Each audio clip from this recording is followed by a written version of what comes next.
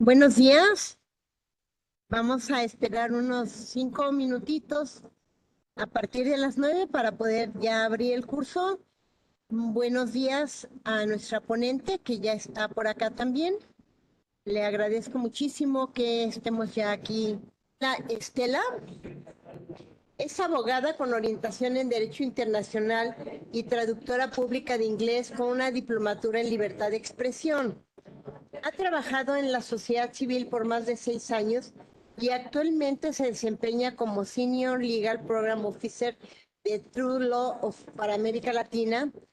True Law es una red global de servicios legales pro bono de la Fundación Thomson Reuters y Camila se encarga de apoyar a las redes de la Fundación, redactar proyectos legales pro bono y facilitar conexiones que aseguren la entrega de estos servicios. Además, ella es líder de proyectos e iniciativas relacionadas con inteligencia artificial y los derechos humanos, así como de la libertad de los medios de comunicación en la región.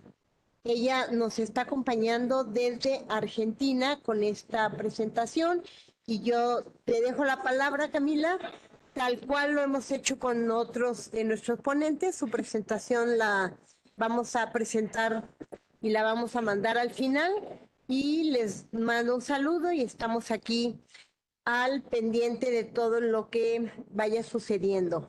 Como en nuestras otras presentaciones, si hubiera alguna pregunta, algún comentario que quisieran hacer con nuestra ponente, pues por favor pueden levantar la mano y pedirle a ella que pudieran compartir la información que ustedes tengan. Los dejo con Camila y muchas gracias, Camila.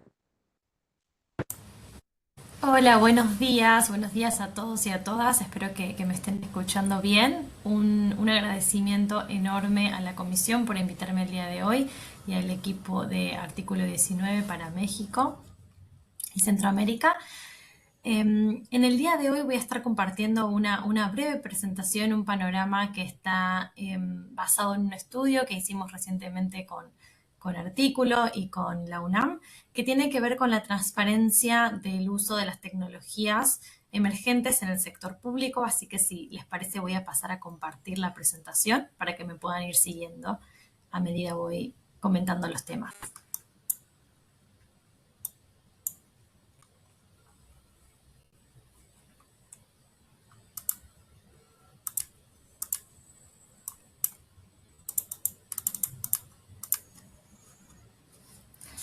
Bueno, mientras se va ahí conectando la pantalla, me avisan si se ve correctamente.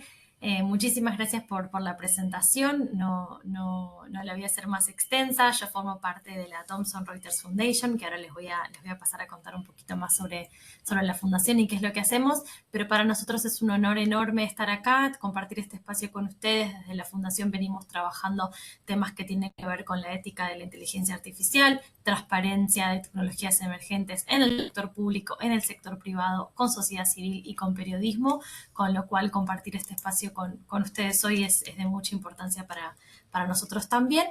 Y en el día de hoy, como les comenté, les vamos a traer un tema que tiene que ver con la transparencia en el uso de de la inteligencia artificial, Big Data y Blockchain. Estos dos conceptos los vamos a traer de manera más transversal y en lo que nosotros llamamos tecnologías emergentes en el estudio. Así que comenzamos.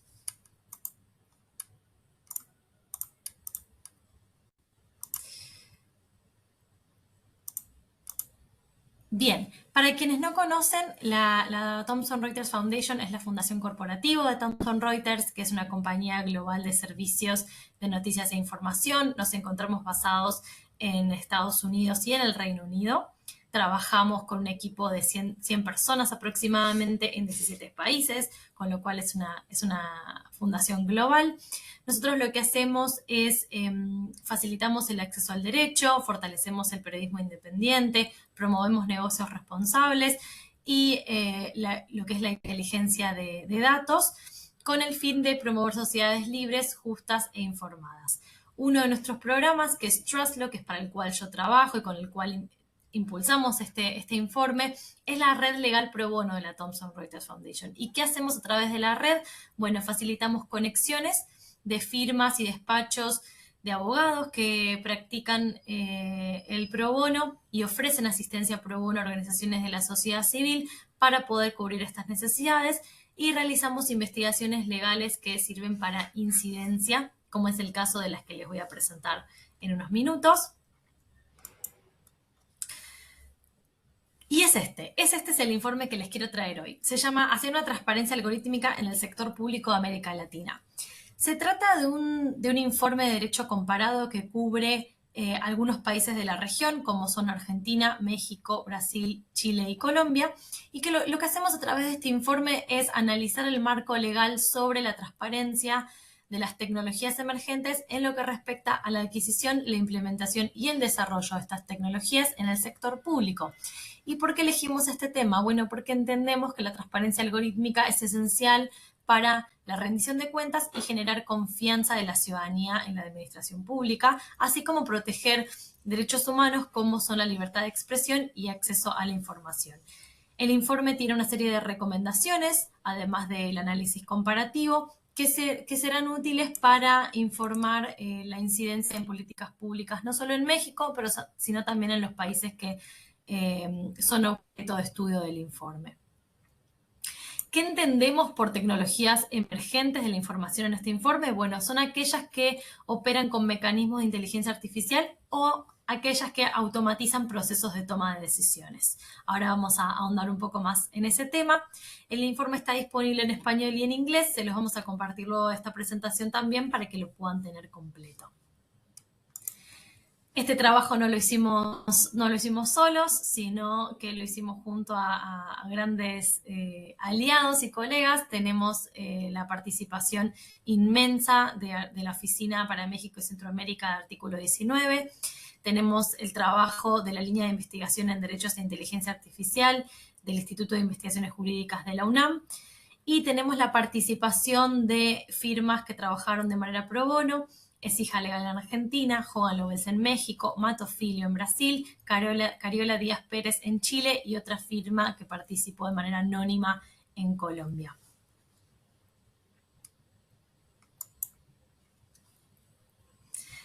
Y ahora sí, de lleno al tema que nos ocupa. ¿Por qué trajimos la cuestión de la tecnología en el sector público? Bueno, porque estamos viendo como más y más los diferentes sectores públicos alrededor del mundo están adoptando nuevas tecnologías con el fin de impulsar la eficiencia operativa, facilitar la toma de decisiones basadas en datos, optimizar y agilizar los procesos gubernamentales y mejorar la eficiencia de los servicios públicos. ¿Cómo lo hacen? Bueno, por ejemplo, al automatizar tareas y procesos en la toma de decisiones, gestionar grandes volúmenes de información, comunicar datos de manera eficiente hacia la ciudadanía. Esto lo que hace es que se integren grandes cantidades de datos, lo que se llama como Big Data, se automaticen cada vez más procesos de toma de decisiones y se trabaje con la ciudadanía de una forma digital, por decirlo de alguna manera.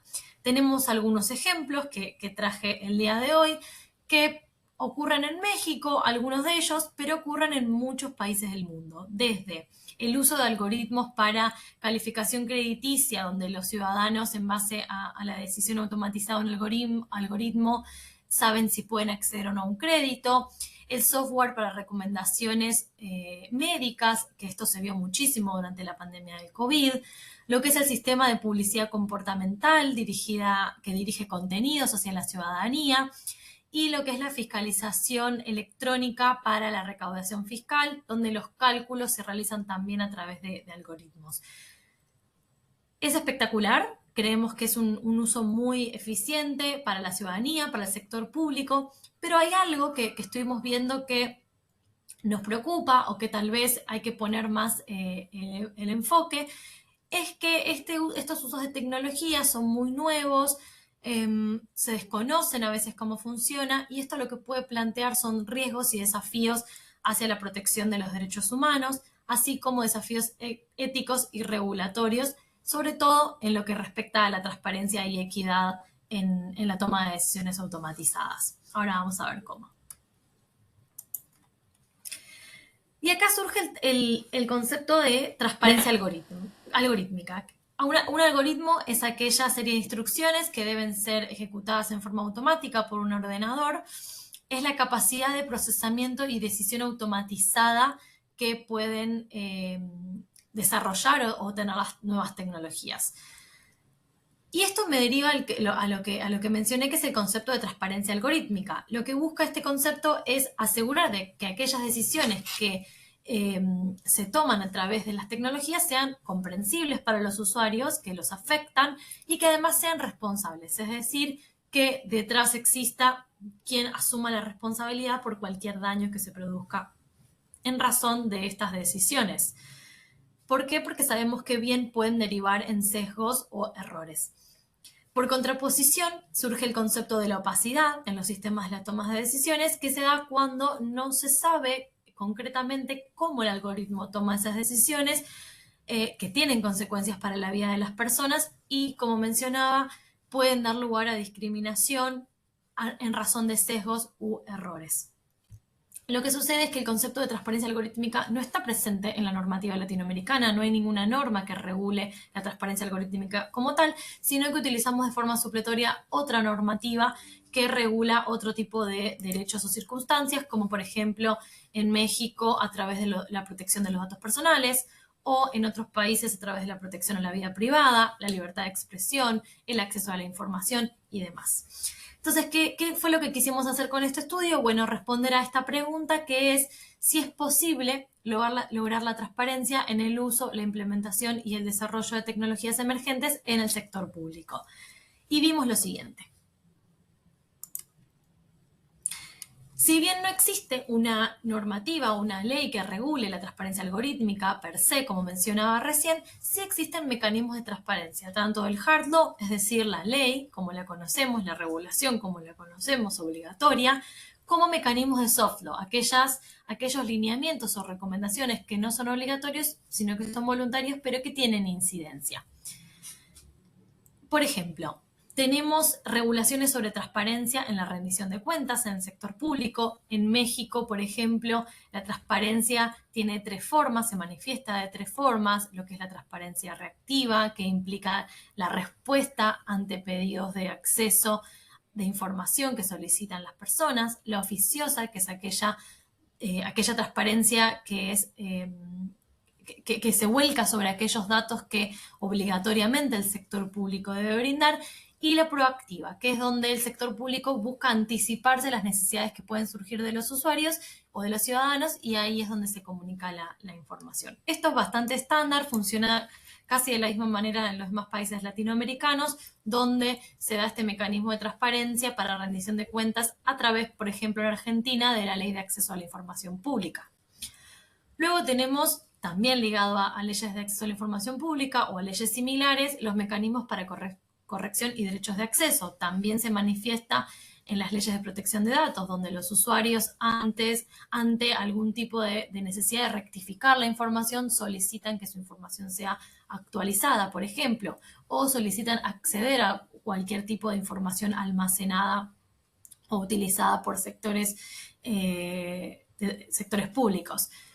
Luego está lo que llamamos el derecho a la explicación o explicabilidad, que es un derecho que va a adquirir mayor relevancia en lo que es transparencia de tecnologías emergentes, que es la capacidad de comprender y explicar cómo las decisiones son tomadas por sistemas automatizados. Es decir, ante un ciudadano que solicita comprender o entender cómo se tomó esa decisión por parte del algoritmo, la habilidad del sector público de poder responder a cómo fue tomada esta decisión. Tenemos un caso en Argentina muy emblemático, donde se pidió conocer al sector público cómo funcionaba una cámara que recolectaba datos biométricos en la vía pública, y ahí lo que sucedió dentro de nuestro estado es que no teníamos las herramientas como estado para responder a ese pedido. Entonces se estaba dando un algoritmo que tomaba decisiones automatizadas que impactaban en la vida de las personas porque recolectaban sus datos biométricos, pero no se sabía cómo ese algoritmo estaba funcionando, porque era un algoritmo diseñado por una empresa extranjera, con lo cual ahí se dio un choque y una afectación a los derechos personales de los ciudadanos, en razón de no tener esta información clara de antemano, ¿no? Entonces, bueno, el derecho de la explicación, explicabilidad viene a cubrir estos huecos donde los ciudadanos pueden pedir información sobre este tema. Está este ejemplo, pero hay otros ejemplos como el uso de decisiones automatizadas en el ámbito judicial, en el ámbito crediticio, en el migratorio y en el empleo, donde el migrante o el candidato a un empleo puede solicitar cómo es que se ha tomado esta Ay, estoy decisión. agotada.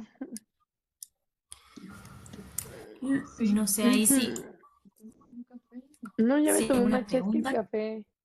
No me hace bien. Literal. Bueno, seguimos. La transparencia lo que hace es buscar mitigar los riesgos de discriminación y error en este caso. Y que las personas a través de este derecho de explicabilidad puedan apelar o cuestionar esas decisiones que afectaron su vida. Luego tenemos lo que es la prohibición de ciertos modelos o establecimiento de certificaciones a licencias. Por ejemplo, esto es algo que trae la nueva ley de inteligencia artificial de la Unión Europea, donde ciertos sistemas o ciertos usos de IA están prohibidos porque se sabe que van a traer un daño a los usuarios, o a aquellos que son de alto riesgo se les solicita que estén incluidos en un registro. Y como mecanismo de soft law, también ligado a lo que se pide en la nueva normativa de la Unión Europea, es el establecimiento de evaluaciones de impacto para conocer o anticiparse a aquellos daños que pueden llegar a surgir a través del uso de herramientas de IA o decisiones automatizadas a través de algoritmos.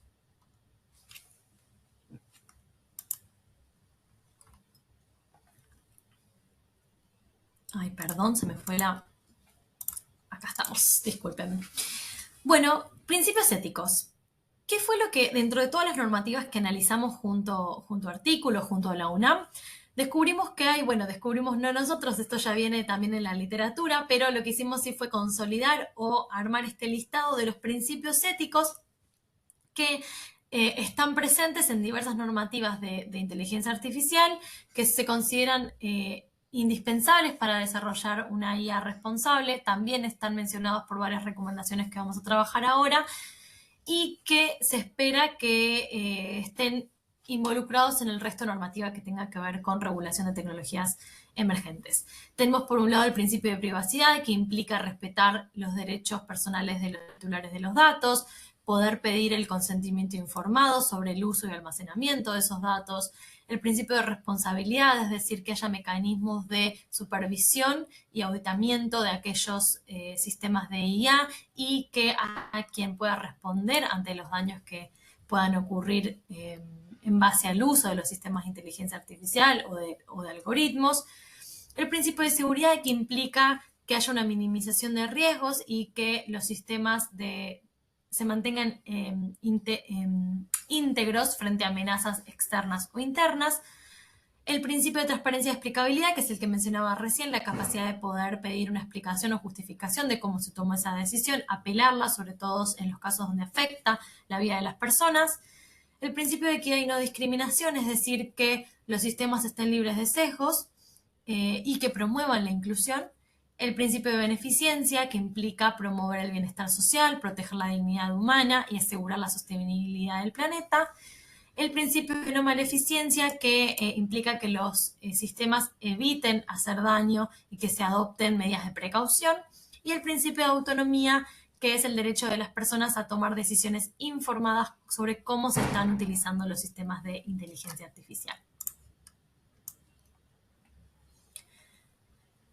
Y acá me lleva, antes de irnos de lleno al mapa regulatorio, muy importante para hablar de transparencia de tecnologías en el sector público, es mencionar cómo está avanzando la gobernanza de la IA.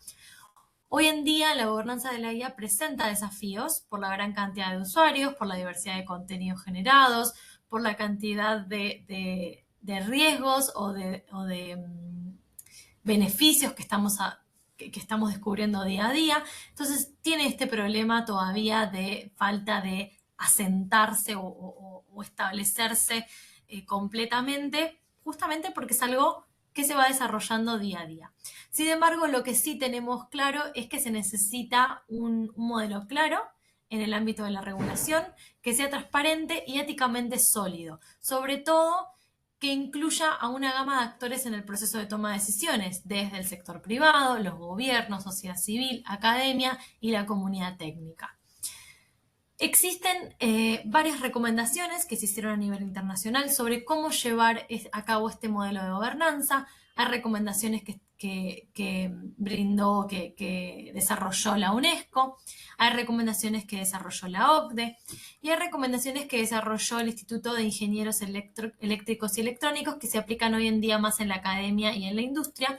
Y hoy quiero mencionar un poco estos. Hay mucho escrito sobre estos tres y van a poder encontrarlos fácilmente, pero lo que nos interesa traer hoy es que las recomendaciones de la IEE destacan la importancia de la transparencia, específicamente en lo que refiere a la trazabilidad, explicabilidad y interpretabilidad. Y resalta que es sumamente importante para diversos actores y por qué.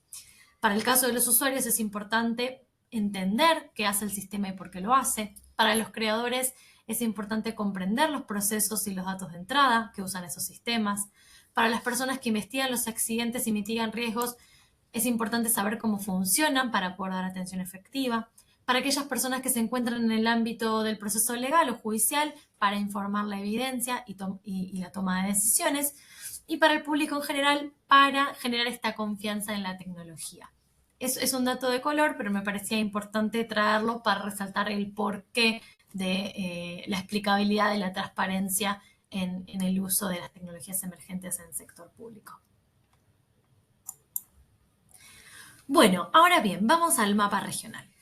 ¿Qué es lo que está pasando en América Latina respecto de la transparencia en las tecnologías emergentes y en el sector público? Vamos a ver un poco cada caso. En el caso de Argentina, no existe una ley nacional específica que regule el uso de las tecnologías emergentes en el ámbito gubernamental. Sin embargo, hay una serie de estándares y guías que incorporan que orientan, la incorporación de la tecnología en el sector público. Y estas guías se apoyan o se respaldan básicamente en leyes que ya existen, como la Ley de Protección de Datos Personales o la Ley de Derechos del Paciente y principios constitucionales. En Argentina se está dando un enfoque progresivo en la adopción de tecnologías emergentes en el gobierno, es decir, cada vez más se están adoptando y utilizando sistemas de IA en el ejercicio gubernamental, aunque no tenemos un marco legal específico y comprensivo que asegure transparencia y supervisión adecuada. Se está esperando hoy, se está trabajando en un proyecto de ley sobre protección de datos que podría llegar a involucrar cuestiones que tienen que ver más con tecnologías emergentes. La ley de protección de datos personales que tenemos hoy tiene más de 25 años, con lo cual ha quedado en el tiempo en muchas cuestiones, pero bueno, esperamos que traiga algunas actualizaciones de este tipo. ¿Cómo se adquiere y cómo se despliegan las tecnologías emergentes? No está claramente definido en nuestro sistema, sino que se aplican las normativas de licitaciones en general. Y sí, lo que tenemos es una Secretaría de Innovación Pública que lo que hace es diseñar y coordinar políticas de innovación administrativa y tecnológica del Estado y proponer normas reglamentarias en cada uno de los departamentos sobre la adquisición o uso más que nada departamentales de la inteligencia artificial. Pero como verán, no hay un enfoque holístico o integral en este sentido. Sí les queremos traer de Argentina algunos ejemplos que consideramos que pueden llegar a ser importantes para que vean cómo se fue adaptando el gobierno argentino, o el Estado más bien, el Estado argentino en la adopción y adquisición de herramientas tecnológicas. Durante la pandemia se lanzó lo que era la aplicación Cuidar COVID, que lo que hacía era brindaba autodiagnósticos de síntomas y recomendaciones, así como herramientas de contacto y monitoreo.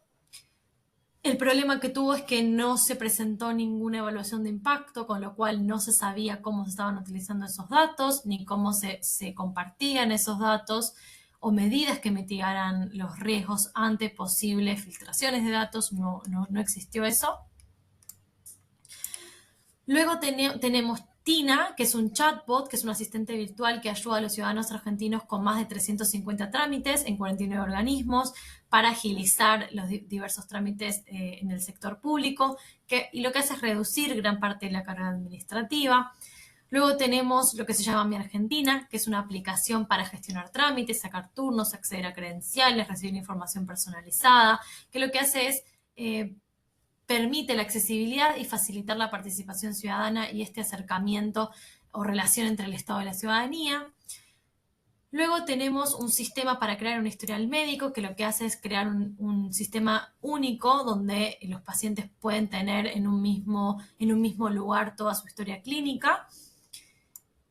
Tenemos este que les comentaba hace un ratito, que es el uso de tecnologías de reconocimiento facial en lugares públicos, que permitió a la Policía de Buenos Aires tener acceso a datos biométricos de personas prófugas de la justicia. El problema que tuvo este sistema era que, bueno, las cámaras estaban instaladas en la vía pública para localizar a los prófugos, pero tenían errores, entonces terminaron, por ejemplo, deteniendo a un padre, este fue el caso más paradigmático, fue un padre de 2 chicos que iba a tomarse el subte y lo terminaron deteniendo porque se creyó que había un posible match entre los rasgos de esta persona y los datos biométricos almacenados, y era un error del sistema, pero hasta que se identificó este error, esta persona estuvo privada de su libertad, lo que da cuenta de que tampoco hubo una evaluación de impacto o una supervisión más cercana de cómo funcionaba este sistema. Y luego tenemos el uso de la inteligencia artificial en la justicia. Es un programa, un proyecto que está avanzando de a poco, que por ahora lo que busca es mejorar las respuestas y los procedimientos y optimizar tareas.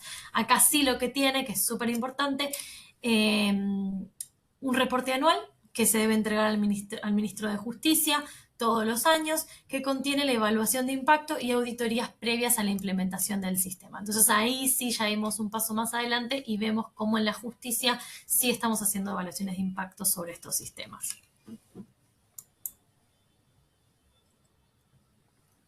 En Brasil sucede algo parecido en el sentido de que no hay una legislación federal específica sobre tecnologías emergentes, sino que se da lo que es un panorama regulatorio fragmentado porque se desarrollan regulaciones en respuesta a necesidades concretas sin haber un marco general y coherente, sino que en base a cualquier circunstancia o necesidad que pueda surgir, se propone una regulación, pero hoy en día esas regulaciones coexisten, pero no están coordinadas.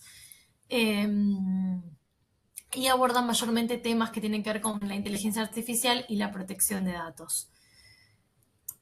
Lo que está sucediendo es que hay un desafío que redunda alrededor de este enfoque fragmentado, que es que la ausencia de directrices claras podrían llevar a inconsistencias, ¿no?, en cómo las agencias gubernamentales implementan estas tecnologías. Por ejemplo, hay más de 90 proyectos de ley, hay varios planes nacionales, como el Plan Nacional de Internet de las Cosas, la Estrategia de Gobernanza Digital, la Estrategia de Gobierno Digital, pero la más importante hoy en día es la Estrategia Brasilera de Transformación Digital, o la EVIA o E-Digital, que sí está buscando estimular de manera consciente y ética las acciones del gobierno federal en lo que es investigación y desarrollo de sistemas IA. Hoy en día es la más concreta, es la que provee una definición de lo que se entiende como inteligencia artificial y sirve como punto de partida para diferentes regulaciones, ¿no? Entonces esta es la que se toma como base al día de hoy. Y luego, que esto es muy, muy, muy, muy reciente, tuve la oportunidad de estar en las conversaciones, en los debates de senadores en Brasilia en diciembre, porque el Senado aprobó el proyecto de ley 2338, que lo que hace es establece un marco regulatorio nacional que cubre el desarrollo, uso y gobernanza de los sistemas de IA, donde se trabajaban temas como desde regulación de contenidos en las plataformas, desde derechos de propiedad intelectual, sistemas de riesgos y demás, y Brasil está ocupando mucho tiempo en ese proyecto de ley para llegar a puerto con una ley mucho más integral y holística. ¿Qué pasa en Colombia? Colombia tiene lo que es está acercándose hacia un gobierno digital, como ellos lo llaman. adoptan y promueven nuevas tecnologías para mejorar la eficiencia y efectividad del Estado. Tienen hoy en día al menos 113 sistemas de decisión automatizada dentro del sector público. Ha implementado varias políticas públicas para promover la transformación digital en las dependencias estatales. Ahí está lo que se llama el Manual de Gobierno Digital, que establece principios y procesos de planeación, ejecución y medición de uso y aprovechamiento de las tecnologías dentro del gobierno. Pero lo que se desconoce hoy en día es si los mecanismos generales que se establecen en torno a la transparencia aplicarían a las nuevas tecnologías. Por eso se desarrolló lo que es el marco ético para la inteligencia artificial en Colombia, que todavía tiene carácter de soft law, o sea, no es una normativa obligatoria, sino que son lineamientos, recomendaciones, establece como primer principio la transparencia y la explicabilidad, todavía no tiene fuerza de ley. Y sí, lo que es súper importante en nuestro tema es que sí, la Agencia Nacional para la Contratación Pública de Colombia, que se llama Colombia Compra Eficiente, emitió una guía de lineamientos de compra pública que establece dos tipos de procesos. La compra pública comercial, que aplica la adquisición de un bien o servicio que requiere adaptación tecnológica, y la compra pública precomercial, que aplica para adquisición de servicios de investigación y desarrollo para desarrollar alternativas, diseño de soluciones y prototipo de productos. Lo que tiene de importante es que se establece para ambos procesos un diálogo técnico que busca la confianza y la transparencia, así como medidas de protección en la información confidencial. Con lo cual, acá Colombia es uno de los primeros países que está un pasito más adelante en lo que tiene que ver con la adquisición de tecnologías en el sector público, a pesar de no tener una ley federal aún que pueda regular este tema. Y Chile también lo traigo último porque es otro antes de pasar a México, Chile es otro de los países que está más avanzado en lo que tiene que ver con adquisiciones de tecnología.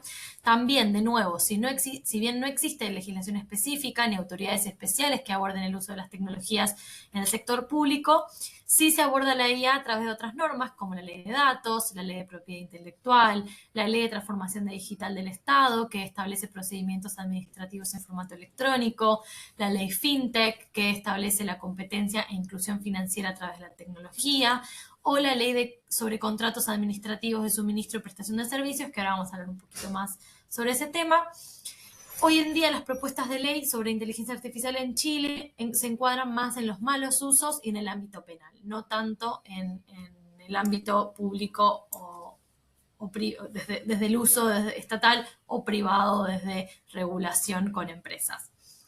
Sí, lo que tiene Chile es la Dirección de Compras y Contratación Pública, Chile Compra, que contemplan los principios de transparencia, privacidad, no discriminación y explicabilidad, sientan una base para servicios de cloud computing, data center, desarrollo y mantención de sistemas informáticos y ciencia de datos de la inteligencia artificial, que cuentan con requisitos de ética. Chile es el primer país de América Latina en lograr tener requisitos de ética de datos para adquirir sistemas automatizados para el sector público, y además contienen cláusulas de auditorías algorítmicas.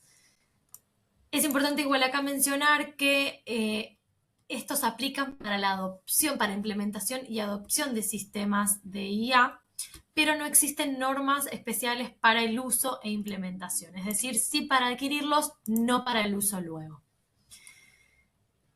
Y acá les traigo un caso, que es el de Motive Inc., donde la Corte Suprema en Chile resolvió que un dispositivo cerebral atentaba contra la privacidad y la integridad física y psíquica de las personas, lo que pidió que se revise el uso y comercialización del dispositivo, pero lo que es importante es que además pidió la eliminación de los datos obtenidos, con lo cual ahí tenemos un precedente de un caso utilizado por el sector de una empresa que utilizaba datos, donde intervino el sector público, en este caso la Corte Suprema, para decir, bueno, no vamos a suprimir estos datos que por más que sean súper relevantes, no podemos afectar los derechos fundamentales de los ciudadanos chilenos. Así que ese es un precedente súper importante para la región también.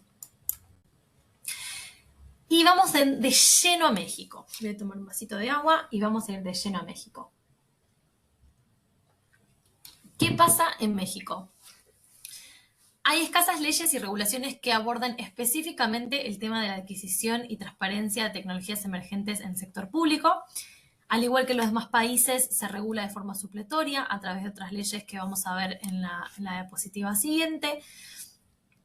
Sin embargo, a escala federal existen algunas disposiciones que contemplan la incorporación de la IA o regulan la utilización de determinadas tecnologías. Para mencionar dos, el Reglamento Interior de la Secretaría de Hacienda y Crédito Público o la Estrategia Digital Nacional, que vamos a ver luego. Y en el ámbito estatal hay algunas leyes que abordan la IA o nuevas tecnologías, como, si bien no hablan de aspectos específicos de su aplicación, sí supervisan la adopción de ciertas tecnologías, como la ley que regula el uso de la tecnología para la seguridad pública en el Estado de México y la Ciudad de México, la ley de Agencia de Movilidad y Modalidades de Transporte Público en Querétaro y la Secretaría de Innovación y Gobierno Digital en Aguascalientes. Otras leyes aplicables que ahora vamos a ver en un segundo son la Ley General de Protección de Datos Personales en posesión de sujetos obligados y la Ley de Adquisiciones, Arrendamiento y Servicios del Sector Público, que regulan la adquisición de nuevas tecnologías de forma supletoria. Y otra cosa que cabe mencionar es que México tiene la Coordinación de Estrategia Digital Nacional, que coordina la adopción y desarrollo de las tecnologías e impulsa el gobierno digital. A diferencia de otros países de la región, México desde entrada tomó una perspectiva multiactor, es decir, varios actores desde sociedad civil como desde gobierno, desde la academia estuvieron involucrados en las conversaciones sobre regulación de IA, que no está pasando en otros países de América Latina, así que aplausos para México por tener ese enfoque. ¿Y cuáles son las normas que hoy en día resultan aplicables para la transparencia de tecnologías emergentes en el sector público en México? Bueno, en primer lugar, la Constitución Política de los Estados Unidos Mexicanos. El artículo 6 establece el derecho de acceso a la información y entiende que la información en posesión de entidades gubernamentales es en principio pública, pero las personas tienen el derecho de solicitar y recibir información sobre cómo el gobierno utiliza la tecnología y en particular la inteligencia artificial y cómo se toman las decisiones basadas en algoritmos. Entonces ahí tenemos el primer punto de entrada a lo que es el derecho de explicabilidad, por decirlo de alguna manera. Luego el artículo 16 protege los datos personales y regula el manejo seguro por parte de las entidades gubernamentales. El artículo 134 establece los principios fundamentales para la administración de los recursos económicos, los cuales deben ser administrados con eficiencia, eficacia, economía, transparencia y honradez. Y ahí menciona cómo deben ser las adquisiciones, entre ellos menciona que deben realizarse por medio de licitaciones públicas, por convocatoria pública o mecanismos similares de adquisición. Ahora vamos a ir a la parte de adquisiciones. Habla de la rendición de cuentas y acá mencionamos que la rendición de cuentas es súper importante para asegurar que los recursos destinados a la IA se utilicen adecuadamente y que los resultados obtenidos sean evaluados de manera objetiva y técnica. En cuanto a las leyes en específico tenemos la Ley General de Transparencia y Acceso a la Información Pública, que amplía los principios fundamentales que acabo de mencionar, que fomenta la transparencia en el uso de tecnologías, que exige a las instituciones gubernamentales que divulguen información relevante, mecanismos de transparencia proactiva, reactiva y oficiosa, como hablábamos anteriormente,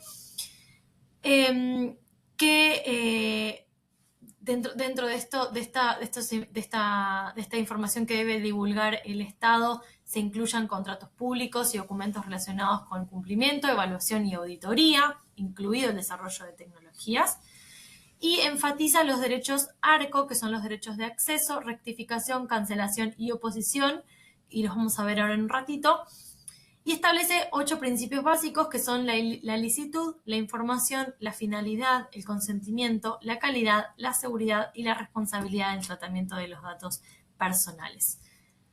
¿Cuál es el fin de los derechos ARCO? Es que las personas puedan acceder a sus datos personales, que puedan rectificarlos cuando hay algún tipo de error, que puedan cancelar ese almacenamiento de los derechos personales y que puedan oponerse a cualquier tipo de uso.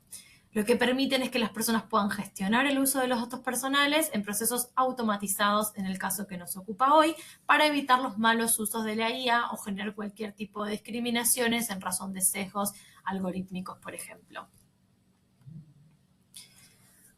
Luego tenemos la Ley Federal de Protección de Datos Personales en posesión de los particulares, que regula el tratamiento de datos personales, pero también aplica en posesión de entidades privadas, pero que aplica también a contratistas del gobierno que colaboren en proyectos de inteligencia artificial, por eso es que lo trajimos hoy. Y el reglamento de esta ley hace referencia, y esto es súper importante, hace referencia al tratamiento de datos personales en decisiones sin intervención humana valorativa. Lo que puede entenderse, no dice decisiones automatizadas, pero aquellos sistemas aquellas decisiones que hayan sido tomadas por un sistema donde no haya intervenido una persona humana que evalúe esa decisión, puede ser, recae dentro del ámbito de esta ley.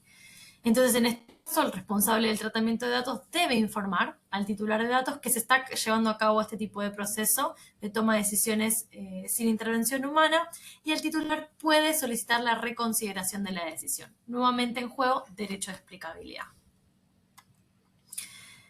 Luego tenemos la Ley de Protección de Datos Personales en posesión de sujetos obligados, que acá sí establece requisitos específicos para el manejo de datos personales por parte de entidades gubernamentales, promueve la seguridad y la transparencia, y nuevamente establece los derechos ARCO.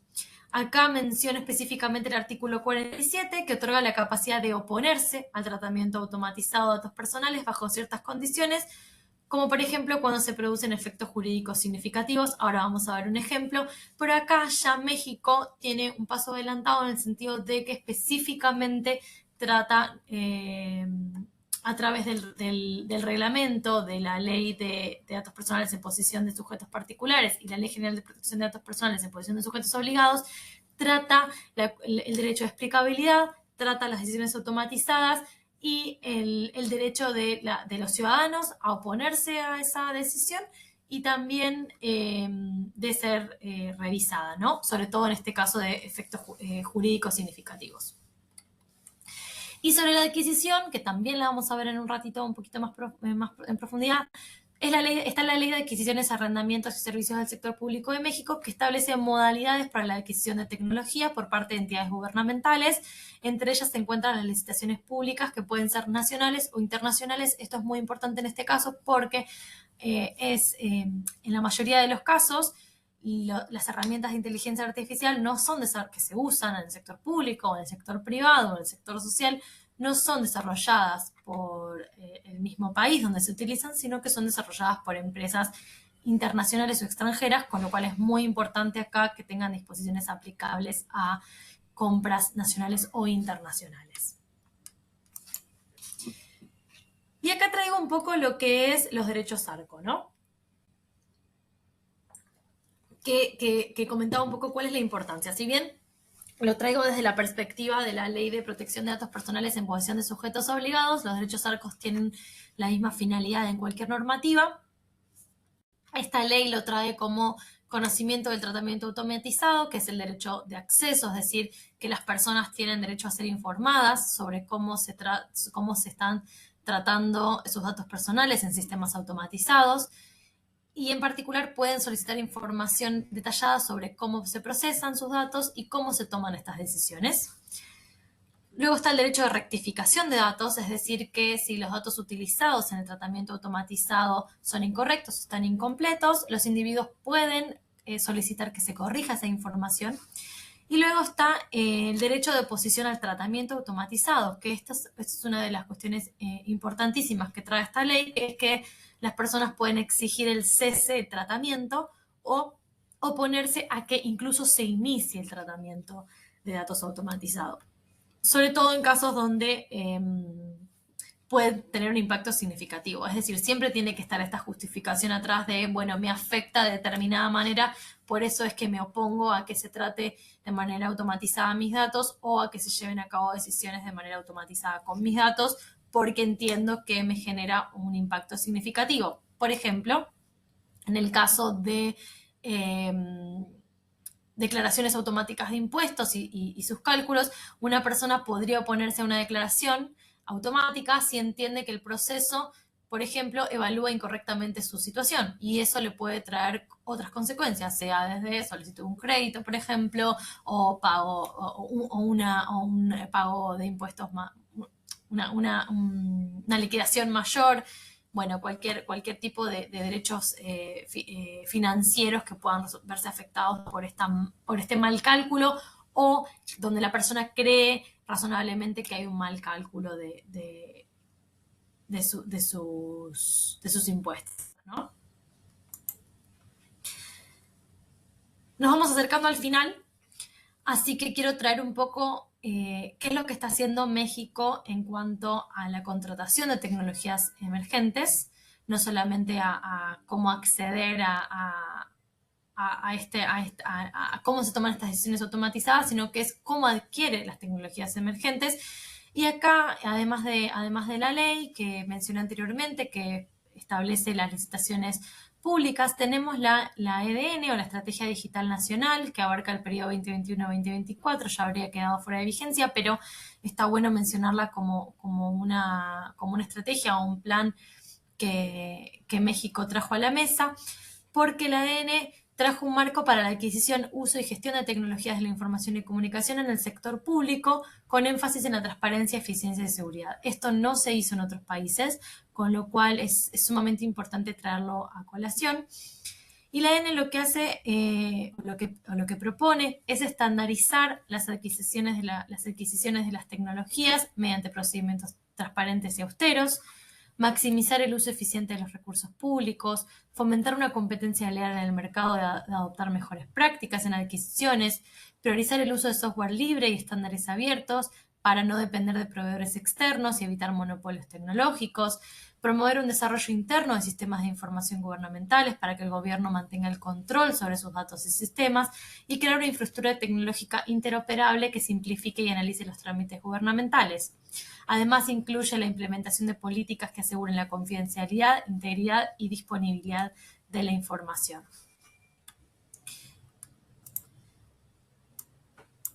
Acá vamos a ver cómo sigue, cómo será el futuro de la EDN, si es que se renovará, si es que no, si es que traerá algún tipo de normativa, o para el caso de otros países que veníamos hablando, cómo la pueden utilizar como manera de inspiración para regulaciones locales. Y finalmente, cerrando la presentación de hoy, quería traerles un poco cuáles son los desafíos que vimos en el informe y vamos a dar una serie de recomendaciones en base a esto. El principal desafío que vimos, no solo en México, pero sino en los demás países de América Latina, es que hay una rápida evolución de la tecnología, de la IA, lo que plantea desafíos en cuanto a las actualizaciones normativas, se requiere mayor actualización e interpretaciones dinámicas para asegurar que sigan siendo efectivas, a supervisar e implementar efectivamente estas normativas. Hoy en día se utilizan mucho las normas supletorias para esto. Luego, tener en cuenta cómo se adquieren las tecnologías en el sector público. Por ejemplo, en México, las adquisiciones públicas de tecnología todavía se realizan mayormente a través de adjudicaciones directas, lo que limita la competencia y aumenta el riesgo de corrupción. Tengo acá un dato que es que el 90% de las compras públicas en 2020 se efectuaron de esta forma. Y, por supuesto, se necesita más colaboración entre sectores público y privado para garantizar que las prácticas de inteligencia artificial no solo cumplen con la normativa, sino que también respeten los estándares de derechos humanos en la materia, sea a través de los lineamientos o recomendaciones de la UNESCO o de la OCDE, así como también cualquier otro estándar o compromisos internacionales como aquellos estándares que establece la Comisión Interamericana de Derechos Humanos para proteger los derechos de las personas. Y finalmente, en lo que es conclusiones y recomendaciones, vimos que en cuanto a la transparencia hay un marco constitucional y robusto en México que garantice la transparencia. Sin embargo, aún todavía pudimos descubrir que hay desafíos que tienen que ver con la implementación efectiva y el cumplimiento. Como recomendaciones, se sugiere fortalecer la capacidad institucional de los órganos garantes y para supervisar y resolver disputas, implementar mecanismos de supervisión y auditoría más efectivos para que se puedan cumplir las normativas efectivamente, y promover la participación ciudadana y colaboración institucional para mejorar la transparencia en el uso de las tecnologías y toma de decisiones basadas en IA. Sobre la protección de datos y gestión de la información, contamos en México con leyes con derechos y obligaciones claras para el manejo seguro y transparente de datos. Sin embargo, se da de nuevo el desafío de la aplicación práctica, específicamente en decisiones automatizadas. En este caso, se recomienda la actualización de la normativa para incluir derechos y principios modernos como la portabilidad de los datos y la aplicabilidad en decisiones automatizadas. Si bien vimos que en cierta manera se menciona, no está regulado como derecho en sí mismo. Mejorar la capacitación y los recursos disponibles para los sujetos obligados, aquellos sujetos que almacenan datos y usan datos personales, e implementar un seguimiento riguroso y continuo del cumplimiento de las normativas de datos personales, como los avisos de privacidad, los documentos de seguridad y demás documentos de cumplimiento por parte de los sujetos obligados. Sobre las compras públicas, existen procedimientos para adquirir tecnologías que incluyen la IA. Sin embargo, se encuentra, como mencionaba recién, el desafío de la práctica predominante de la adjudicación directa. Se recomienda contrarrestar este desafío con el uso de licitaciones abiertas y públicas, el establecimiento de controles más estrictos y mecanismos de supervisión para reducir esta práctica y mitigar los riesgos de corrupción, y adoptar tecnologías que faciliten el acceso a la información y mejoren la eficiencia y transparencia en el sistema de compras públicas. El ejemplo de Chile, en este caso, puede llegar a ser relevante para entender cómo, incluyendo estas cláusulas de transparencia algorítmica o estas bases, se puede garantizar un poco más este mecanismo transparente de implementación de tecnologías. Y finalmente, la adaptación a estándares internacionales. Si bien, como decía recién, la EDN destaca la soberanía tecnológica y la seguridad de la información, se requiere una mayor alineación con los estándares internacionales, como los establecidos por la UNESCO y la OCDE, para asegurar la transparencia, la responsabilidad, la seguridad y la protección de derechos humanos, así como todos los principios éticos que mencionaba al comienzo. Y las recomendaciones son, bueno, alinear la EDN o cualquier otra estrategia con estos estándares, desarrollar políticas y protocolos claros para la gestión de incidentes cibernéticos y la protección de la información en el uso de la IA, fomentar la colaboración entre el sector público y privado para asegurar prácticas de IA éticas y responsables que respeten los estándares internacionales y promuevan al mismo tiempo la innovación. Y como verán, estos son recomendaciones que vimos de cerca en el caso de México, pero que resultan aplicables también a los países que mencionamos anteriormente, y que organizaciones locales van a estar llevando a cabo también, llevando a conversaciones también con el sector público de sus países para ver cómo se pueden implementar algunas de estas recomendaciones y lograr que los derechos de los ciudadanos se mantengan firmes, se mantengan protegidos, puedan acceder a los datos que se encuentran almacenados en los sistemas gubernamentales, puedan desafiar esos datos cuando las decisiones automatizadas que se toman afectan sus derechos o los datos no son correctos, y se pueda llegar a un ecosistema donde los derechos digitales de la ciudadanía se mantengan no solo en el sector privado, en el sector social, sino también en el sector público. Así que no más que dejar un espacio a preguntas. Si quieren levantar la mano, compartir alguna pregunta por el chat, les vamos a estar compartiendo esta presentación por mail, así como el informe en inglés y en español. Y por supuesto acá también les dejo mis datos para que me contacten con cualquier pregunta, comentario, sugerencia, feedback. Todo es bienvenido. Muchísimas gracias por su atención, por el espacio, y nos mantenemos en contacto.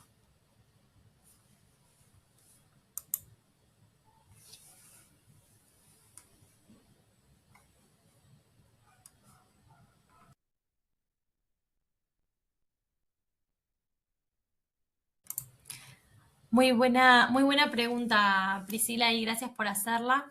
El IE es una organización con una voz autorizada en tema de gobernanza de IA, sobre todo en la parte académica y técnica. Es una institución que representa, es una institución que representa los sistemas electrónicos, de ingenieros electrónicos eh, a nivel internacional, con lo cual ellos vienen haciendo investigaciones sobre cómo se utilizan los sistemas de inteligencia artificial a nivel internacional y cómo quienes desarrollan estos sistemas, desde los creadores, los están implementando, con lo cual, muchas gracias ahí por la pregunta, con lo cual tienen experiencia y mucho conocimiento. Es un organismo multiactor que está compuesto por actores de diversos sectores con experiencia técnica. Si bien es una voz autorizada, las recomendaciones que ellos realizan son solo recomendaciones, no son vinculantes para los países, como mencioné anteriormente, son más aplicables al sector técnico, pero lo que tiene de importante es que ellos brindan esta mirada de implementar una perspectiva de derechos humanos, de protección de derechos humanos hacia los desarrolladores o creadores de sistemas de IA, ¿no? Entonces, es importante traer la colación porque no es solamente hablando la UNESCO, la OCDE, que viene mucho más del sector público, del sector social, sino también desde el lado de los desarrolladores a la hora de implementar prácticas de transparencia. También les voy a estar compartiendo, si les parece, la dirección a la página de ellos.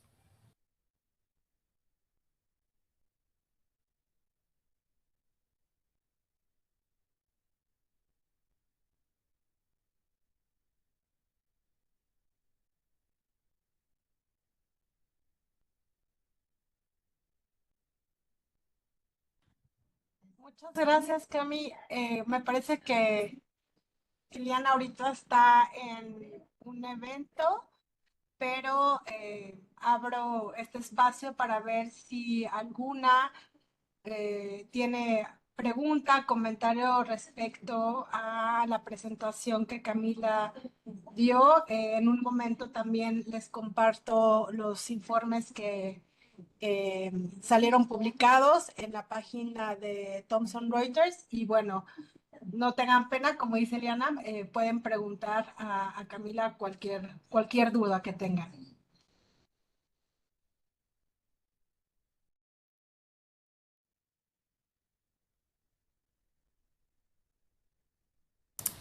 Muchísimas gracias, Primo. Como siempre, un placer enorme compartir este espacio con vos.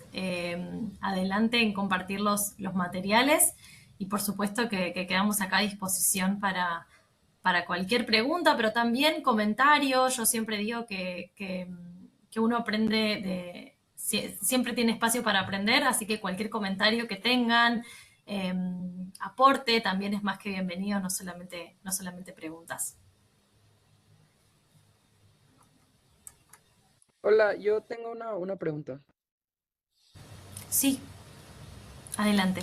En sesiones pasadas nos hablaban de que al momento de establecer las regulaciones tenía que fijarse particularmente en la protección de las personas y en la protección de los mecanismos y no tanto intentar regular como un sistema en específico o una inteligencia artificial en específico.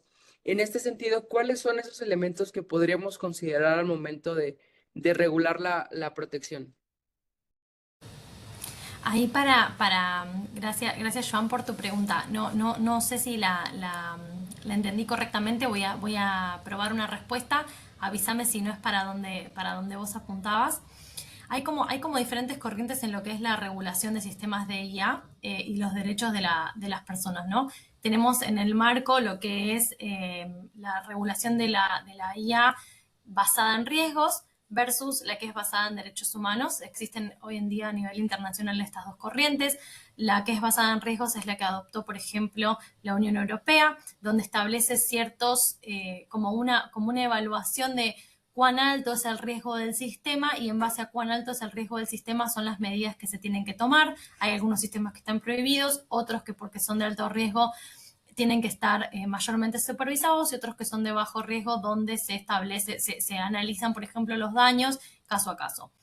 Otro sistema propone, el sistema basado en derechos humanos propone no verlo, o sea, presupone que si existe un riesgo, va a haber una afectación a un derecho humano, entonces propone verlo desde una perspectiva de cómo mitigar los derechos humanos desde el comienzo, no importa el riesgo que pueda tener la inteligencia artificial. Es un poco más difícil regularlo tal vez, pero bueno, todavía hoy no tenemos un modelo que siga este tipo de regulación.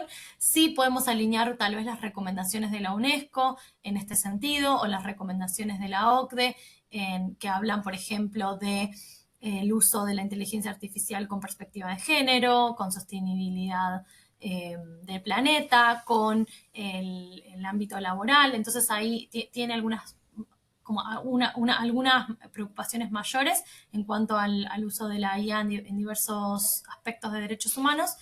Y luego tenemos como las corrientes de regulación, ¿no? Tenemos en América Latina, se sigue mucho lo que es la corriente de regulación de la Unión Europea, donde la mayoría de los estados latinoamericanos tomaron la de la Unión Europea como modelo y armaron una especie de iniciativas regulatorias o proyectos de ley que hoy se están discutiendo, y hay países en particular que dicen, bueno, no me interesa tener una ley. Perú, por ejemplo, para darte un ejemplo, Perú tiene un caso de una ley macro que habla en general, de la IA en general, sistemas de IA en general, pero hay países como Brasil que dicen, bueno, no me interesa tanto tener algo tan general, sino regularlo más como hace Estados Unidos, ¿no? En casos puntuales. IA en lo que es derechos de autor. IA en lo que es redes sociales o contenido de las plataformas. IA en lo que es en el ámbito penal, como hizo Chile. Entonces hay como diferentes, hay dos enfoques y diferentes mecanismos de regular la inteligencia artificial hoy en día.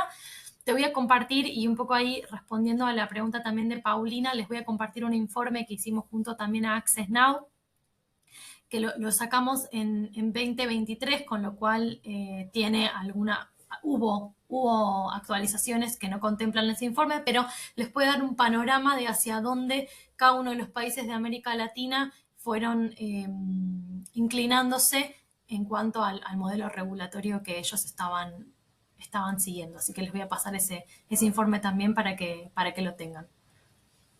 Hoy en día no hay como una respuesta correcta tampoco. Creo que a medida que vayan llegando los casos y vemos cómo se aplican esas normativas, vamos a poder tener mayor claridad. Pero bueno, ese es el panorama. No sé si respondí tu pregunta o si la entendí correctamente. Si no, sentite libre de repreguntar. Sí, todo muy, muy concreto. Muchas gracias. Gracias, Joan. Hola, hola, muy buenos días. Una preguntota, por favor. Literalmente estamos viendo ahorita unos esfuerzos, como bien los has comentado, en los países latinoamericanos por estar cumpliendo o creando, mejor dicho, regulaciones en esta materia, ¿no? En pro de la protección de los derechos de las personas, de la ciudadanía en general. Pero mi pregunta sería basada más o menos en el sentido de que estamos viendo también grandes corporaciones que tienen una enorme capacidad económica, una enorme influencia política. Hablo, por ejemplo, del caso específico de los Estados Unidos, por ejemplo, el caso de X, que ya cuenta con una inteligencia artificial, que también está teniendo acceso a un montón de información de la gente, ¿no? Que puede incluso predecir ciertas capacidades en cuanto a los comportamientos de la gente, y eso ya está probado que se utiliza para manipular los sistemas electorales en debilitamiento, ¿no?, de nuestras democracias. ¿Y tú cómo verías en ese sentido de los esfuerzos latinoamericanos que pudiéramos, digamos, empalmar más o menos, o un esfuerzo internacional? Porque yo no vería hasta el momento las capacidades de países ya, o lo que a lo mejor dicho es, los estoy viendo las naciones rebasadas en su capacidad de la aplicación de ese tipo de regulaciones contra empresas que tienen más recursos que naciones enteras, ¿no? ¿Cómo podríamos enfrentar esta situación desde tu punto de vista? Muchas gracias. Muchas gracias, Sergio. Gracias por la pregunta y es algo que, mira, tenemos conversaciones con sociedad civil todo el tiempo, creo que es algo que no está resuelto. Bueno, con PRI también, con Priscila también lo hemos hablado muchas veces. Hoy en día es como bien decís, ¿no? Las empresas extranjeras sobre todo son las que que trabajan o que operan en América Latina, que implementan sistemas, que interactúan con los ciudadanos, que somos nosotros quienes compartimos datos con ellas. Tienen muchísimo poder. No creo que haya, en este momento no hay mucha capacidad de negociación desde lo regulatorio, no las podemos regular. Estuve recientemente, como comentaba, en Brasilia, en las discusiones del Senado sobre el proyecto de ley. Había muchísima fuerza de parte de las empresas, muchísima incidencia de parte de las empresas para que no salgan. Uno de los puntos de la ley era regulación de contenidos de plataformas, ellas presionaban para que no salgan. Entonces hoy en día creo que la negociación es muy fuerte, se está dando muy fuerte. Creo que es importante también la acción estatal a la hora de mantener sólidos el conocimiento que tienen, el uso de los sistemas y la protección a nivel local, ¿no? de los ciudadanos. Desde, como comentaba hace un rato, ¿no? Conocer cuáles son esos sistemas que el sector público utiliza y adopta.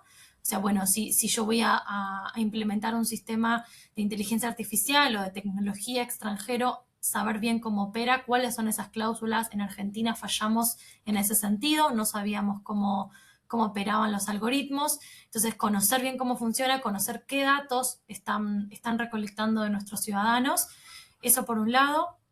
Por otro lado, en cuanto a lo que es elecciones, a Brasil también en este sentido está trabajando en normativa interna para los candidatos. Por ejemplo, para las elecciones pasadas, el Colegio Electoral de Brasil emitió una regulación para que los candidatos no puedan utilizar sistemas de IA para sus campañas, por ejemplo. Y el sentido de esto era frenar un poco la gran campaña de desinformación que se estuvo dando en Brasil en torno a las elecciones. Ecuador está intentando llevar este mismo proyecto a través de la sociedad civil. Entonces los esfuerzos están siempre siendo internos. Hay cuestiones que no se pueden regular también por libertad de expresión o por libertad de autonomía y privacidad, donde los usuarios, quienes quieran compartir sus datos personales con estas tecnologías lo pueden hacer. Es importante que sepan, ¿no? Cuáles son las consecuencias de compartir esos datos. Por ejemplo, bueno, ahora salió lo que está sucediendo, por ejemplo, con el desafío de Estudio Ghibli, que todo el mundo está pasando sus imágenes por ChatGPT para que se genere la imagen de Estudio Ghibli. Bueno, ¿qué consecuencias está trayendo eso? Creo, al menos en mi país, no se está viendo las consecuencias que puede traer compartir las fotos de nuestras caras, de nuestros datos allí. Entonces, un poco generar esa conciencia. No es tanto regulatorio, es un esfuerzo más de concientización, pero desde lo regulatorio hay algunos esfuerzos, como te comentaba, ¿no? Uso de IA en el sector público, desde lo que es la transparencia es uno, adquisición de tecnologías transparente en el Estado es uno, uso de IA en campañas electorales es otro, ciberpatrullaje que también se dio es otro. Entonces, bueno, ver cómo se está utilizando esa información que los usuarios comparten por Internet desde el sector público para la ciudadanía. Lamento no tener una respuesta clara, creo que es un esfuerzo internacional que estamos haciendo entre todos y bueno, y ahí ver cómo podemos sortear, ¿no? Este enorme poder que tienen las empresas sobre nuestros datos y nuestra información online. Muchísimas gracias. Por favor. Acá tengo algunas respuestas, algunas preguntas en el chat. Acá Paulina nos estaba consultando sobre detalles sobre la legislación en Europa de inteligencia artificial. Ahí compartí para esa respuesta de Paulina y la de Joan, compartí un link al informe de Access Now que detalla en español claramente esto que comentaba y los principales puntos de la legislación de la Unión Europea. Si bien el informe se sacó cuando todavía era un proyecto de ley, no estaba sancionada, no se modificó, así que lo esencial está allí, lo van a poder encontrar. Acá PRI compartió el artículo, el informe que hicimos sobre transparencia algorítmica. Mil gracias, PRI. Ahí tiene un poco todo, Sergio, lo que comentábamos, lo que comenté hoy, pero también todo lo que comenté sobre, más en detalle sobre licitaciones. Hace cita también a esfuerzos del gobierno de Canadá, el informe. Tiene más detalles sobre las iniciativas que tienen que ver con transparencia y cómo un poco contrarrestar ahí el poder que tienen las empresas a través de mecanismos de adquisición transparentes. Acá tengo una pregunta de Alfonso, si hay un antecedente en México sobre... Bueno, ahí yo no soy tal vez la persona más adecuada para responder sobre antecedentes de herramientas de IA en México. Comenté la de Argentina, no estaría tan segura, por ahí lo podríamos buscar. No sé ahí, Pri, si ustedes tienen algún ejemplo de sistemas de IA que haya adquirido que se haya adquirido en México. Sí tenemos digamos, el CIDE hizo un registro. Si quieren, ahorita les puedo compartir la página, pero a través de una metodología sobre solicitudes de información pudieron registrar 107 tecnologías adquiridas tanto por gobierno federal, estatal y municipal. No todas contestaron, pero bueno, por lo menos se tiene un aproximado de 107 tecnologías. Con gusto les puedo pasar ese mapeo que hizo el CIDE, pero aún así, digamos, no se sabe con certeza cuántas tecnologías ha adquirido el gobierno, digamos, en sus distintas instituciones, tanto a nivel federal, estatal y municipal, en cuanto a tecnología, ¿no? Pero, digamos, este aproximado que hizo el CIDE nos ayuda mucho para saber en qué está la adquisición de tecnologías emergentes para el uso de este tipo de herramientas, la implementación, ¿no? Sobre todo en ciertos trabajos que tienen a nivel institucional. Pero sí, con gusto ahorita se los comparto. Gracias, Pri, increíble, no sabía que era tan alto el número. Gracias por compartirlo.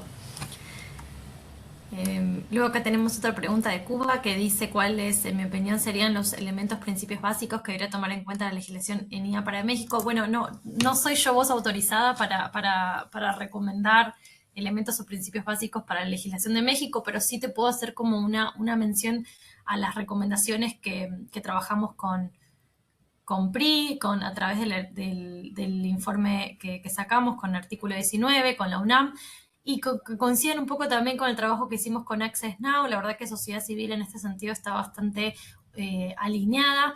En primer lugar, como mencionábamos, principios de transparencia, mecanismos de transparencia para el uso de IA en el sector público, alineación con los derechos humanos, protección de datos personales, que las personas, los derechos ARCO, ¿no? Que las personas puedan acceder a estos, a saber cómo se utilizan los datos, cómo se recolectan, cómo se almacenan y que puedan pedir correcciones o, en su caso, eliminaciones de los datos, que se puedan oponer a las decisiones automatizadas. Para eso es importante, de nuevo, la transparencia, saber cómo se toman estas decisiones.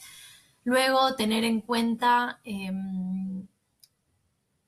los aspectos de privacidad, como mencionábamos. Hay cuestiones que quedan dentro del ámbito de la privacidad de las personas, la autonomía de las personas, y esto se debe tener en cuenta y respetar.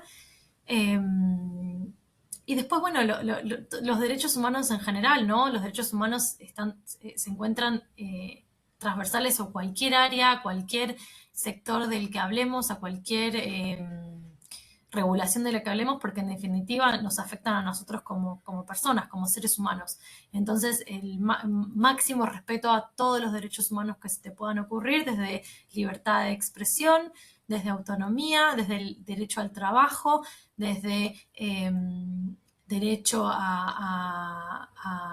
bueno, por supuesto, al acceso a la información, derecho a interactuar con el Estado, derecho a las elecciones democráticas, todo lo que tiene que ver con los derechos humanos en general, que se pueda tener en cuenta a la hora de recomendar regulaciones de inteligencia artificial. Bueno, una de las cosas para cerrar, ¿cómo se hace para fijarse si los derechos humanos están siendo afectados o no? Evaluaciones de impacto. Las evaluaciones de impacto hoy en día se están teniendo muy poco en cuenta, muy pocos países en la región las están usando, las están mencionando. Las evaluaciones de impacto antes de implementar los sistemas son esenciales para saber cómo podrían llegar a afectar a los derechos humanos. Las evaluaciones de impacto durante la implementación y el uso y obviamente si es que el uso llega a su fin, cómo afectó, cómo cambió. Está lo que se llama sandboxes. Hay personas que están a favor, hay personas que están en contra. Los sandbox son espacios de testeo de los sistemas de inteligencia artificial antes del uso. Ahí recomiendo que cada país, que cada sector lo pueda analizar en base al contexto y a las regulaciones que tiene implementadas en su país, pero bueno, sepan que estos sandboxes también existen y son una charla o un factor que se está conversando a nivel internacional también.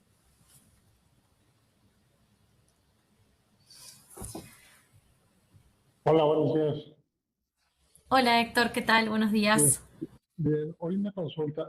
Estaba viendo las presentaciones al inicio y, por ejemplo, creo que es Colombia, la que tiene más, se puede decir, la parte digital, porque me comentabas de que Colombia tenía una parte, o que había contratado un software para la digitalización y hacer todo este proceso digital, que en México está pues, en ese proceso, más que nada por el asunto de la biometría y todo este rollo.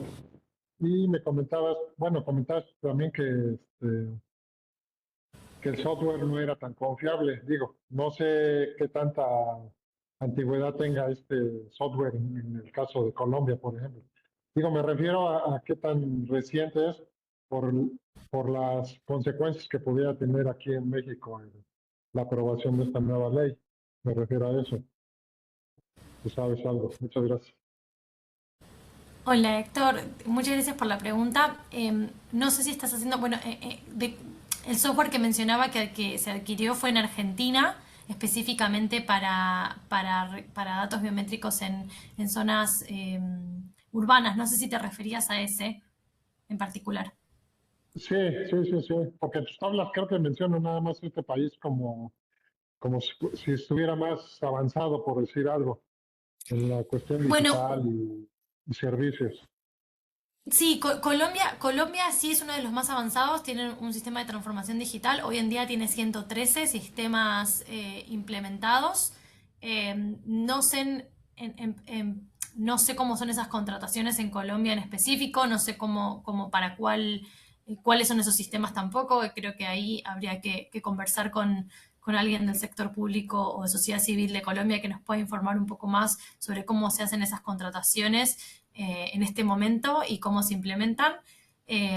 Sí te puedo contar del caso de Argentina, que fue un caso que ya tiene varios años, no recuerdo si fue en el 2022, que se implementó este software, que sí, lo que tenía era eso, ¿no? Que era un software extranjero. Generalmente la mayoría de estos softwares provienen de empresas de Israel, o de Estados Unidos, o de China, o Francia, o el Reino Unido. Son desarrollados en esos países y son adquiridos por el sector público para eficiencia estatal, ¿no? Y en este caso de Argentina lo que habían hecho era para reconocer datos biométricos en la vía pública, sobre todo en los trenes, en las estaciones de tren, para que puedan identificar, bueno, estos datos coinciden con la persona que estoy buscando, que es un prófugo de la justicia, y de esta manera lo puedo detener.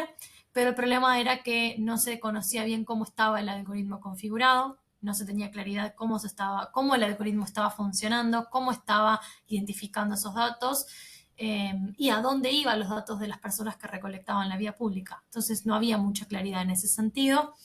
El caso llegó a la Corte Suprema y se ordenó que se retiren todas esas cámaras y se eliminen todos esos datos, porque bueno, efectivamente tenía errores, no se podía detectar cómo, y terminó detenida una persona inocente. Entonces, bueno, ahí un poco por eso la importancia de conocer cómo funciona el algoritmo antes de implementarlo, ¿no? O sea, poder llegar.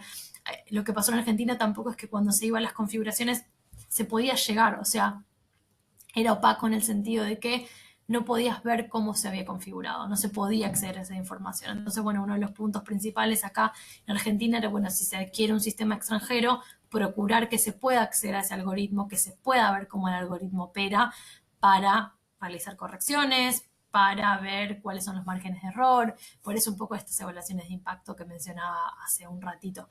No sé si era esa tu pregunta en particular, tal vez me confundí con Colombia. El caso de Colombia no sé cuáles son en esencia en este momento las tecnologías que tienen implementadas, pero sí es uno de los países que más tecnologías tienen implementadas hoy en día en el sector público. Sí, no, está bien, muchas gracias. Y también de esta parte que harías de Argentina, en este caso, del error que existe en el software para la Tú eres el chiquito, ¿no? biometría de las personas. Me refiero a, digo, aquí lo están agarrando el asunto ahorita para la aprobación de esa ley, es el asunto de la, ¿cómo se puede decir? El reconocimiento de las personas, digo, las desapariciones y todo este asunto. Más que nada, y digo, pues digo, también no es tan, bueno, en el caso de Argentina que comentas, digo, no es tan confiable que se confundan, que digan, ay, pues, encontramos a esta persona y a los 15 días, ¿qué creen que nos equivocamos? Ese Tal cual. era mi cuestionamiento. Tal cual, tal cual. No, tal cual, y eso es porque, bueno, faltaba esa auditoría o esa supervisión, ¿no? Por eso un poco se resalta en el informe esta necesidad del principio de responsabilidad que trae a colación, bueno, ¿quién va a supervisar? ¿Quién va a auditar que estos sistemas funcionen como corresponde? Y algo nuevo que lo mencioné medio al pasar también en el informe y que se está hablando mucho es lo que es el data sharing o el intercambio de datos, cómo se regula este traspaso de datos en diferentes departamentos o agencias gubernamentales, ¿no?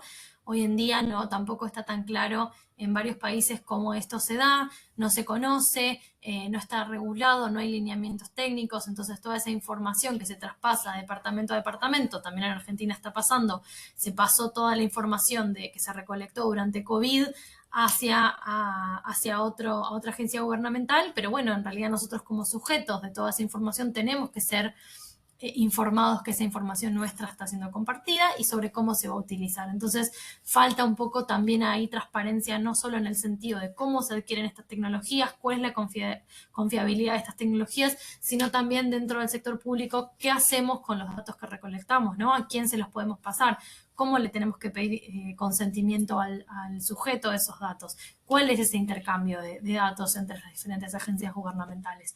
Así que esto es algo que se está trabajando mucho. Uruguay tiene un sistema muy robusto en este sentido.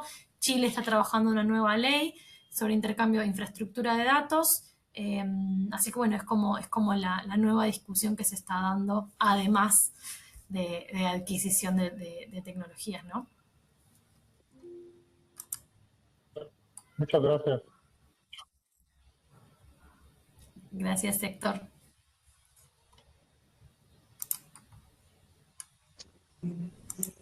¿Alguna otra pregunta que hubiera por ahí?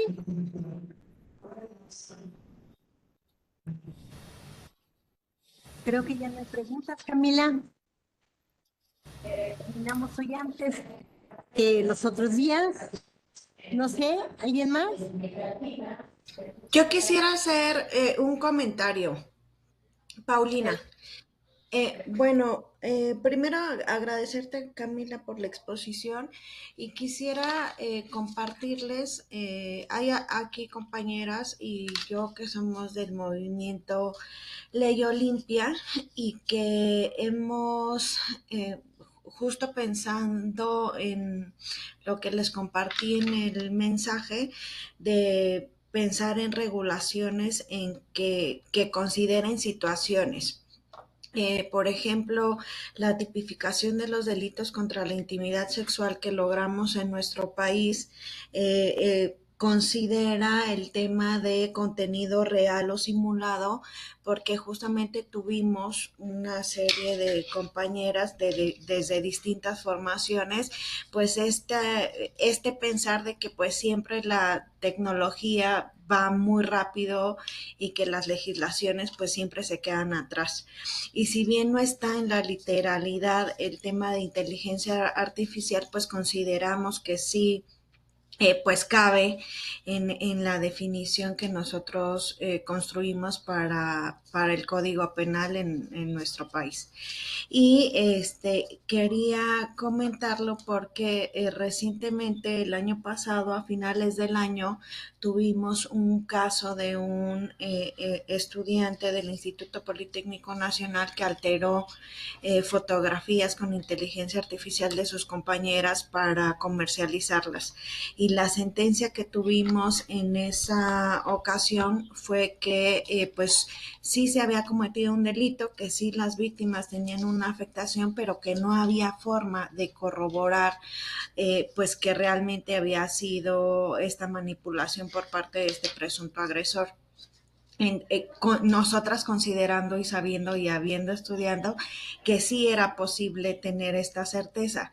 Sin embargo, lo que nos miramos y lo que nuestra preocupación después de esta sentencia, que ahorita ya está todo un proceso de apelación, porque también es un proceso que está siendo visto por muchas personas en el mundo y por organismos internacionales para ver cómo se juzgaba, pues era pues estas limitaciones en las instituciones estatales, ¿no? O sea, podemos tener legislaciones que puedan considerar este tipo de situaciones, pero muchas veces los recursos económicos, el personal, la tecnología, pues no da para que sea aplicable, ¿no? Entonces esa también es una preocupación, porque al final del día pues se queda ahí en el limbo, y nosotras sabiendo que era posible, ¿no? Entonces,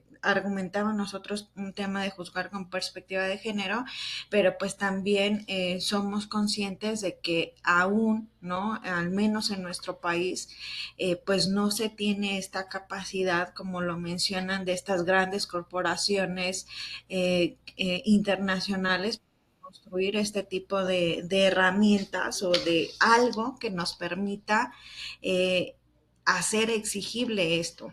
Entonces, eso también es importante para nuestros estados, para nuestros países, que bueno, construimos legislaciones, pero en las fiscalías, en los ministerios públicos, pues va a ser difícil la accesibilidad. Entonces, solo lo quería compartir. Gracias. Gracias, Paulina. Excelente comentario, más desde el punto de vista penal. Estuvimos hablando más, al menos yo no me especializo en el tema penal. Si hablamos de regulaciones, hoy en día, como les comenté, el único país de América Latina que está tratando la IA desde el ámbito penal es Chile. Habría que leer bien sus proyectos de ley, tiene algunos, pero no se está trabajando desde ese punto de vista, ¿no? Y el tema que vos comentás de la jurisdicción, de cómo traer a las empresas internacionales a los juicios, sea penales, sea civiles, sea administrativos, hoy en día es un desafío difícil, como lo hablábamos recién con uno de los colegas acá. Brasil lo intentó hacer, pero bueno, saltó la alarma del derecho de libertad de expresión también. Hoy tenemos la dificultad que la mayoría del debate público se da en redes sociales. Entonces, bueno, ahí, como vos decís, y ahí traigo un poco tu visión, y para contestar un poco algo de la pregunta de Patricia, para la cual no tengo respuesta, creo que es un esfuerzo colaborativo que tenemos que hacer y pensar. Pero no se trata solo sobre regulación, ¿no? No se trata solo sobre tener una normativa fuerte, porque muchas veces las normativas fuertes no se pueden implementar. Se trata de construir un diálogo con gobierno, construir un diálogo con las empresas, con actores internacionales, entre otros países, fomentar esta colaboración entre países, traer capacitaciones como esta. Por eso me pareció un espacio espectacular el que está organizando la comisión con Artículo, porque tener estos espacios de conversación Por eso digo, México a mí me admiro mucho que ustedes lo hagan, creo que son de los pocos países en la región que hacen este tipo de espacios y se necesita más, ¿no? De estas capacitaciones, de estos encuentros, de esta concientización, para que se vea la importancia y los riesgos que puede llegar a traer. Hoy en día, como personas, dependemos mucho de las tecnologías y dependemos mucho de las herramientas de IA y plataformas de redes sociales. Entonces, bueno, entender también ahí cuál es nuestro rol como ciudadanos para acompañar todo este proceso regulatorio y de diálogo y de capacitación. Lamentablemente todavía no tengo una respuesta concreta, espero que entre todos la vayamos formando, ¿no? Cada uno de nuestro rol y nuestra expertise. ¿Alguna otra pregunta? ¿Algún otro comentario? Yo quisiera pues compartir que en México, en la comisión, al menos en el Senado, hay una comisión que está haciendo un trabajo muy interesante para poder generar una legislación que regule la inteligencia. Ha sido interesante y yo quisiera compartirlo porque me parece que la verdad es una manera muy inteligente.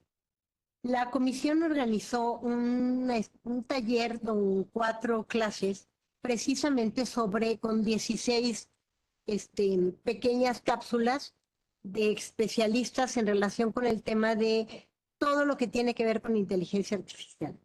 Al mismo tiempo, organizó 6 conversatorios con el sector empresarial, con el sector social, con la academia, también sobre cuáles serían las pautas de los diferentes temas regulatorios. Por ejemplo, hubo uno que se refirió al tema de ciberseguridad en inteligencia artificial, otro que se refirió a trabajo y educación en inteligencia artificial. El primero de los conversatorios fue con toda la empresa y la urgencia de una regulación con una responsabilidad social. Y vamos al 5º y 6º conversatorio. Al mismo tiempo, el día de ayer hubo una capacitación que dio Google de cómo trabajar legislación utilizando la inteligencia artificial y tal cual lo ha expuesto el presidente de la comisión, lo que ellos están haciendo es este trabajo previo para al finalizar de abril poder montar mesas de trabajo que permitan avanzar hacia una regulación de la inteligencia artificial. Y él expuso y lo comentó en la reunión que hubo pues lo he comentado con el director o con el secretario de la agencia. La idea es una regulación que sea protectora de derechos sin que afecte la innovación y el desarrollo. No es una regulación que estén pensando de restricciones como la europea en su momento, sino una regulación más flexible que tenga como principio la protección de las personas. Y entonces, sobre esta base, pues habrá que estar muy al pendiente de cómo avanza este trabajo de regulación en el Senado del tema específico de la inteligencia artificial. Aparte es la ley de ciberseguridad, la ley de derechos digitales, la ley de gobierno digital, todo esto que es parte de los trabajos que estamos emprendiendo como comisión y que los invitamos a que puedan estar cercanos. Yo, Camila, te agradezco muchísimo que nos hayas hecho esta exposición, que nos hayas acompañado. Agradezco a Artículo 19, por ahí está Priscila, y yo los invito el día de mañana. Es la última sesión del primer módulo. La última sesión nos la va a impartir Veridiana Almonti. Ella va a hablar sobre la información gubernamental en la era digital y su regulación de algoritmos y sesgos en la toma de decisiones públicas, que tiene mucho que ver con estos algoritmos de las empresas, también de los gobiernos y la necesidad de transparentar estos algoritmos. El día de mañana cerramos con nuestra sesión 10 y el primer módulo, y a partir de la próxima semana pues empezamos con el módulo número 2. Yo les quisiera plantear, porque ha habido algunos comentarios de que los organizadores de este curso no estamos ayudando mucho. Entonces yo les pediría que a través del correo electrónico que ustedes tienen o a través de cualquier mecanismo. Nuestra extensión es la 3381. Estamos en el piso 12, oficina 4 de la Torre de Comisiones. Todo lo que ustedes nos quieran comentar de alguna crítica, algún comentario, alguna sugerencia, todo lo que ustedes crean que nos puede ser útil para que este curso camine de una manera más sencilla, pues estamos en la completa disposición de escuchar todos los comentarios, todas las...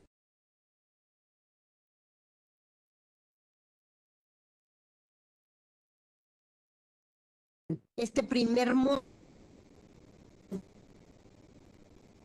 Y pues nos vemos a las 9 de la mañana o cuarto para las 9 en la presentación de mañana. Muchas gracias, Camila, de verdad, por tu presentación. Y terminando la sesión, vamos a compartírsela a todas y todos los colegas que han estado participando con nosotros en el curso. Te agradezco mucho y nos vemos mañana. Les mando un saludo y a sus órdenes, ya saben, en el piso 12, oficina 4 o en el correo electrónico de la comisión. Hasta luego y vamos a cerrar ya y nos vemos mañana. Bye bye. Muchas gracias Hasta a todos y luego. a todas y a ustedes por el espacio. Gracias. Bye.